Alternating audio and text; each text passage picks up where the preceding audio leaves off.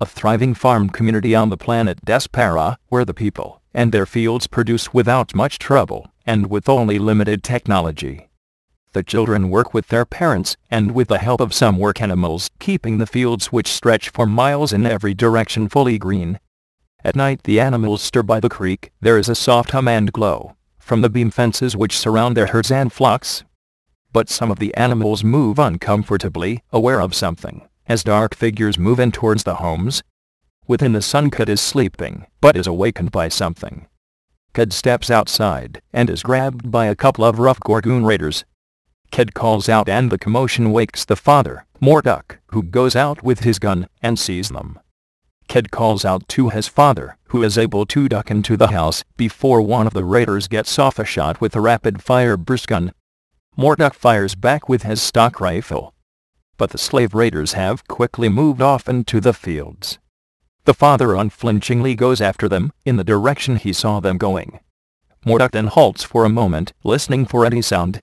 He hears some movement before him and continues on. Then he sees a couple of raiders, and immediately fires. One is hit, and gives out a howl, but the other man keeps going, dragging the screaming child, but gets a few shots off in Morduk's general direction. Morduk fires his rifle again, and hits the other man, so that he drops the child, and goes off, but wounded. Morduk runs up to the child, only to discover that it is not his son, but a young girl.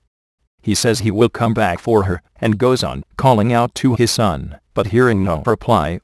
After breaking out from the fields into a clearing, he sees the raiders' ship launching and heading off into the sky, moving away quickly. He takes a couple shots at it before it is far gone, above the night clouds. His face is left distressed, and he waits there watching until he turns back. The next day men of the village are out searching through the fields, and one of them finds the raider, who was killed. He calls the others to gather there. Meanwhile, back at the house, the parents of the girl who was saved, Dika, arrive at Morduk's house. They are thankful for him having saved their girl, but at the same time regret the loss of his son. They speak of the repeated visits of these slave raiders, and their inability to defend themselves. They agree that they must have better means to protect their fields, homes, and families. They are dismayed to discover that their night lookout had been killed, and among those living nearby discover that 5 other children had been taken last night. The people of the village exit their meeting hall after a heated council meeting, with its expressions of anger and frustration. They have done more to cope with the problem, but are facing the added threat that they do not have enough help to keep their farms going. They say that the raiders have far superior arms and technology. And they do, and it was only a lucky shot that killed one of them, as the raiders also wore protective armor. They have previously refused the offerings provided by the United Trade Federation for their technological aid.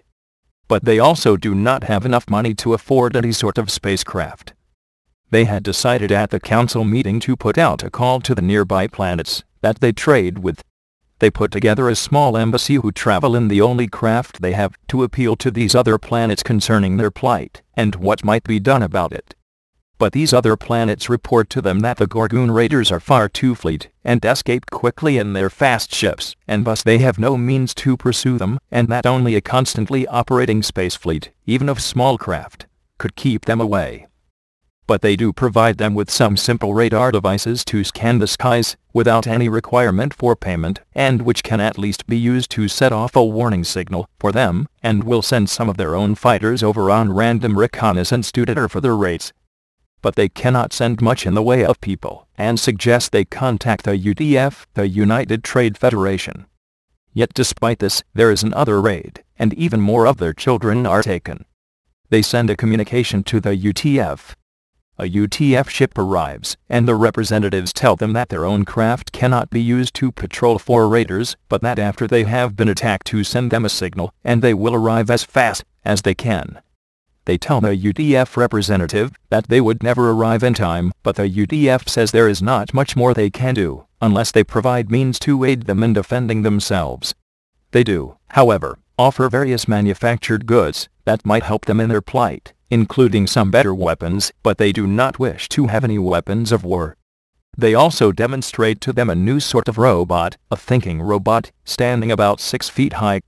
They are light-colored with large empty eyes and vent-like mouths, and breathe through these vents, causing them to hiss.